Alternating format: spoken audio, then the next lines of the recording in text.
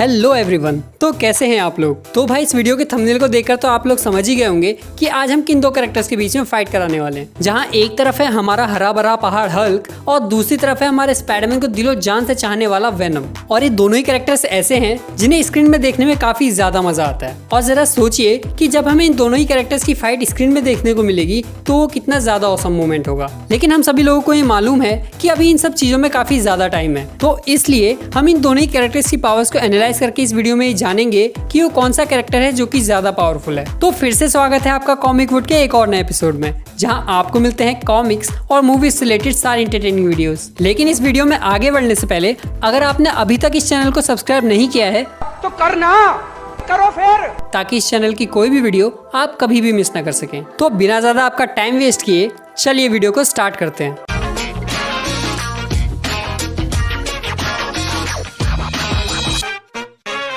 तो इन दोनों ही कैरेक्टर्स की पावर्स को एनालाइज करने से पहले इन दोनों ही कैरेक्टर्स की ओरिजिन जान लेते हैं। हल्क की कॉमिक्स में फर्स्ट अपीयरेंस 1962 की द इनक्रेडिबल हल्क इशू 1 में हुई थी, जहां हमें ये बताया गया है कि ब्रूस बैनर को हल्क की पावर्स गामा रेडिएशन की वजह से मिली है, जिसकी वजह से ब्रूस बैनर को जब भी गुस्सा आता है तो वो हल्क में ट्रांसफॉर्म हो जाते हैं। और वहीं दूसरी तरफ वेनम हमें 1988 की द अमेजिंग स्पाइडरमैन इशू 299 में देखने को मिला था। वेनम एक एलियन सिम्बायोट है जो कि एडी ब्रॉक की बॉडी पर कब्जा जमाए बैठा है। तो इतना जान लेने के बाद चलिए इन दोनों ही कैरेक्टर्स की पावर्स को एनालाइज करते हैं। तो सबसे पहले जानते हैं कि हल्क में कितनी ज्यादा स्ट्रेंथ है। हम सभी को पता है कि हल्क की स्ट्रेंथ उसके गुस्से पे डिपेंड करती है, यानी कि वो जितना ज्यादा गुस्सा होगा उसकी स्ट्रेंथ उतनी ही ज्यादा बढ़ती जाएगी, जिसकी वजह से हल्क की एक्चुअल स्ट्रेंथ को जानना बहुत ही ज्यादा मुश्किल है। लेकिन कॉमिक्स के पन्नों पर अगर नजर डाली जाए तो सीक्रेट वॉर्स इशू 4 में हल्क ने 15 बिलियन टन तक का माउंटेन उठाया है। इतना वेट उठाने के बाद भी हल्क काफी ज्यादा शांत था। इसके अलावा 2008 की one shot Hulk versus Fin Fang Foom issue 1 में हल्क ने फिन फैंग फूंग को इतनी जोर से फेंका कि वो चांद पे पहुंच गया।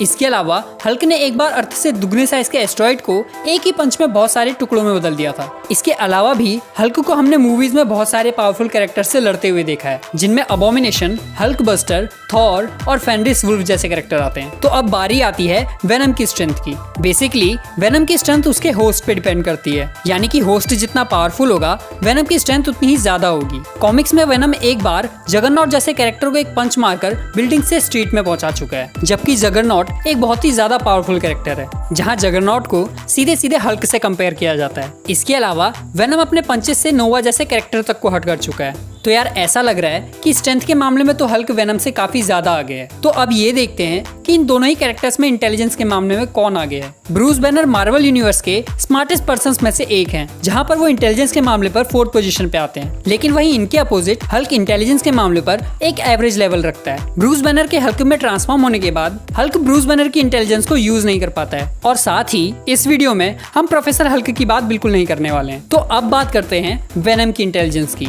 हल्क के अपोजिट वेनम अपने होस्ट की स्ट्रेंथ और इंटेलिजेंस का यूज करता है। वेनम की इंटेलिजेंस हमने स्पाइडरमैन 3 और वेनम की मूवी में देखी ही है, जहां उसने अपनी इंटेलिजेंस का यूज अपने अपोनेंट के खिलाफ बहुत ही अच्छे से किया था। तो इसके हिसाब से वेनम इंटेलिजेंस के मामले में हल्क को बीट करता हुआ दिखाई दे रहा है। तो इसके बाद अब बारी आती है ड्यूरेबिलिटी की। हल्क की बॉडी बहुत ही ज्यादा ड्यूरेबल है, जिसकी वजह से हल्क की बॉडी पर बुलेट, ग्रेनेड या फिर किसी भी तरह के मिसाइल का कोई भी असर नहीं होता। कॉमिक्स में हल्क कई बार न्यूक्लियर एक्सप्लोजन तक को सर्वाइव कर चुका है, और वहीं एक बार ह्यूमन टॉर्च के नोवा ब्लास्ट के अटैक से भी हल्क की बॉडी में कोई भी स्क्रैच नहीं आया। जहां ह्यूमन टॉर्च का नोवा ब्लास्ट का टेम्परेचर 1 मिलियन डिग्री फ़ारेनहाइट था, जिससे हम समझ सकते हैं कि हल्क कितना ज्यादा ड्यूरेबल है। इन सब के अलावा हल्क अपने एक टिश्यू से खुद को रिजनरेट करने की पावर रखता है। तो चलिए अब वेनम की ड्यूरेबिलिटी देखते हैं। कॉमिक्स में वेनम टैंक्स तक के अटैक को सर्वाइव कर चुका है, और इसके अलावा वेनम की बॉडी पे किसी भी तरह के कट या फिर बुलेट का कोई असर नहीं होता है। वेनम मूवी में हमने ये देखा था कि एडी को जब भी इंजरी हुई थी तो वेनम के जुड़ने से ही उसकी पूरी इंजरी सही हो गई थी। और वेनम भी अपनी बॉडी के पार्ट से खुद को रिजनरेट करने की पावर रखता है। लेकिन साथ ही हम ये भी जानते हैं कि वेनम की बॉडी बिल्कुल भी फायर प्रूफ नहीं है, और फायर के कांटेक्ट पे आने पर उसकी बॉडी बर्न होने लगती है, जो कि वेनम के लिए एक बहुत ही बड़ा ड्रॉबैक है। तो इसके हिसाब से हल्क वेनम से काफी ज्यादा ड्यूरेबल है। तो अब फाइनली बात कर लेते हैं इन दोनों ही कैरेक्टर्स की स्पीड की। हल्क को उसकी स्पीड उसके स्ट्रॉन्ग लेग्स की वजह से मिलती है। हल्क की स्पीड हमने कॉमिक्स और मूवीज में देखी ही है, और इसके साथ ही हल्क सिर्फ एक छलांग मारकर एक कॉन्टिनेंट से दूसरे कॉन्टिनेंट पे जा सकता है। हल्क इतना ज्यादा तेज है कि वो बुलेट्स और मिसाइल तक को डॉज कर सकता है। तो अब बारी आती है वेनम की स्पीड की। कॉमिक्स में ऐसा बताया गया है कि वेनम स्पाइडरमैन से स्ट्रेंथ और स्पीड के मामले में काफी ज्यादा पावरफुल है। जिससे हम ये अंदाजा लगा सकते हैं कि वेनम की स्पीड कितनी ज्यादा है।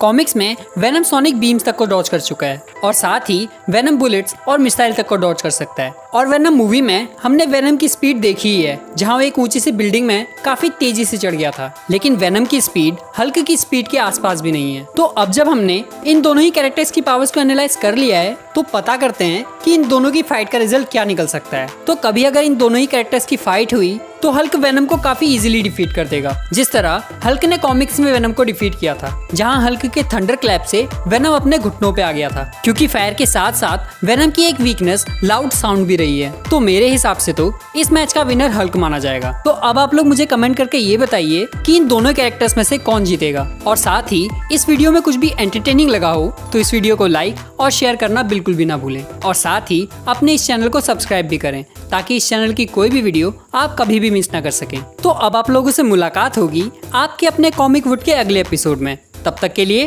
Be safe, be entertain.